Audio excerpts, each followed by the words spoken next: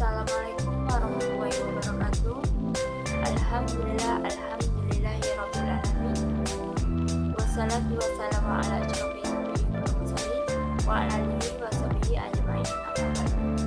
Yang saya hormati Ibu dosen Teknik Sumarni MKOM, dan saya banggakan teman-teman saya semuanya. Puji syukur kehadirat Allah yang telah memberikan kita kesehatan jasmani maupun rohani sehingga kita dapat berkumpul walaupun secara daring.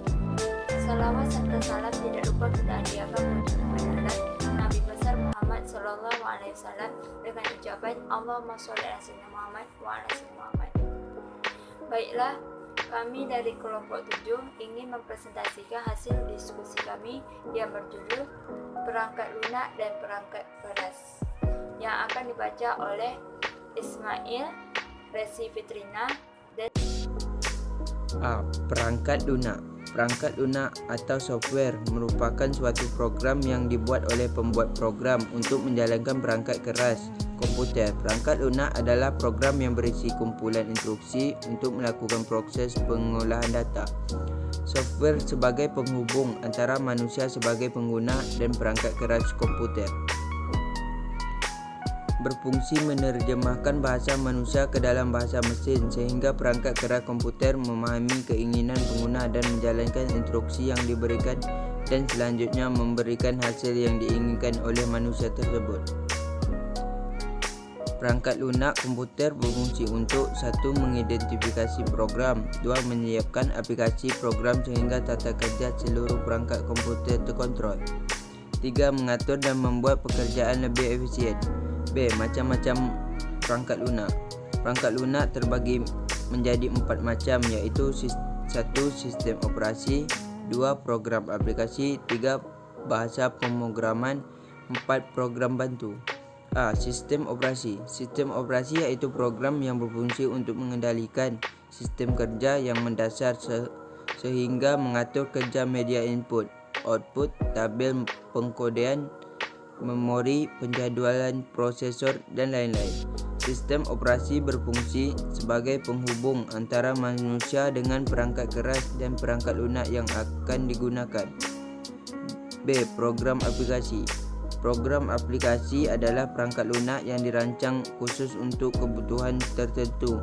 Misalnya program pengolahan kata, mengolah lembar kerja, program presentasi, desain grafis, dan lain-lain. C. Bahasa pemrograman. Perangkat lunak bahasa yaitu program yang digunakan untuk menerjemahkan instruksi yang ditulis dalam bahasa pemrograman ke bahasa mesin dengan aturan atau prosedur tertentu agar diterima oleh komputer. D. Program bantu. Perangkat lunak merupakan perangkat lunak yang berfungsi sebagai aplikasi pembantu dalam kegiatan yang ada hubungannya dengan komputer, misalnya memformat disket, mengopi data, mengkompres file, dan lain-lain. C. Perangkat keras. Pengertian dari hardware atau dalam bahasa Indonesianya disebut juga dengan nama perangkat keras adalah salah satu komponen dari sebuah komputer yang sifat alatnya bisa dilihat dan diraba secara langsung atau yang berbentuk nyata yang berfungsi untuk mendukung proses komputerisasi. Hardware dapat bekerja berdasarkan perintah yang telah ditentukan ada padanya atau yang juga disebut dengan istilah instruction set. Dengan adanya perintah yang dapat dimengerti oleh hardware tersebut, maka hardware tersebut dapat melakukan berbagai kegiatan yang telah ditentukan oleh pemberi perintah. Berdasarkan fungsinya, perangkat keras komputer dibagi menjadi 1. Input device, unit masukan. Unit ini berfungsi sebagai media untuk memasukkan data dari luar ke dalam suatu memori depo processor untuk diolah guna menghasilkan informasi yang diperlukan. 2. Proses device, unit processor. Ini ada power supply, RAM, kartu grafis, prosesor, motherboard. 3. Output device, unit keluaran. Ini ada monitor, printer, speaker. 4. Living storage, unit penyimpanan. Ini ada hard disk. 5.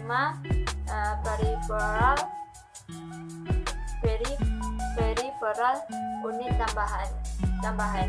Ini ada modem, ada kartu suara. D. Pengertian dan fungsi keyboard.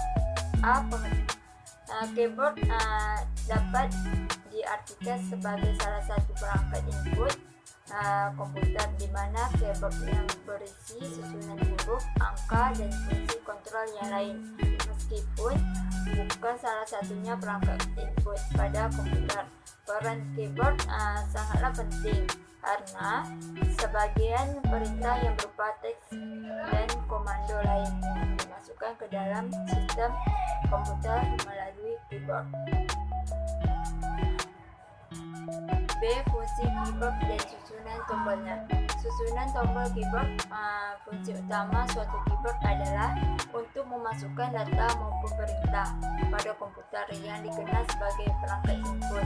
Dalam suatu papan keyboard terdapat beberapa tombol dan lampu indikator yang menandakan keyboard berfungsi dengan benar. Susunan tombol tersebut meliputi 1.